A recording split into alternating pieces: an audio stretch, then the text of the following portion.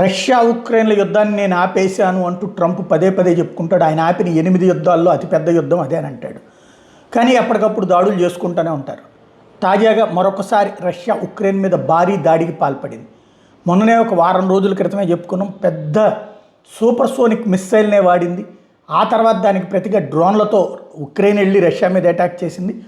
మళ్ళీ కొంచెం గ్యాప్ ఇచ్చి మళ్ళీ ఇవాళ రష్యా ఉక్రెయిన్ మీద భారీ ఎత్తున దాడికి పాల్పడింది. ఈ దాడిలో దాదాపుగా ఒక ప్రాంతానికి సంబంధించినటువంటి భవనాలన్నీ పెద్ద ఎత్తున విధ్వంసమైనవి.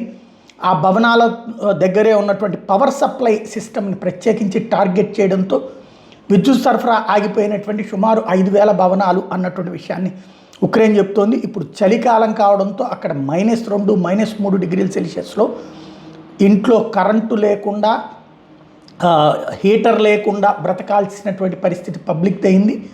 వరుస దాడులు కొనసాగుతున్నాయి. ఇప్పుడు దీనికి ప్రతిగా మళ్ళీ ఉక్రెయిన్ దాడి చేస్తుంది. రష్యా ఉక్రెయిన్ యుద్ధపు ముగింపు అన్నటువంటిది నామమాత్రంగా మిగిలిపోయింది. అమెరికా అధ్యక్షుడు ట్రంప్ పంపించినటువంటి 20 సూత్రాల పథకం ఆచరణ అన్నటువంటిది ఇద్దరు కూడా పక్కన పెట్టేసి అసలు దాని గురించి చర్చించుకోవట్లేదు.